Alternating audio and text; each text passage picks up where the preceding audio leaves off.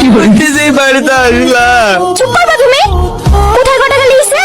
আরে হেনে নাকি কাঁদছি। তোমার তো যায়নি, যার গেছে সেই জানে। কটা গানা লিসে লিসে? ছোট ভাই বলে মাফ করে দাও। খবর তো তুমি ওকে আমার ছোট ভাই বলবা না, ও একটা ডাকাত। না হলে কেউ এই দিনের উপরে চোখের সামনে মানি ব্যাগ খালি করে দিতে পারে। আসবে বাবু।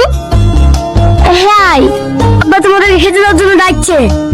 ঠিক আছে তুই চ, আমরা যাচ্ছি।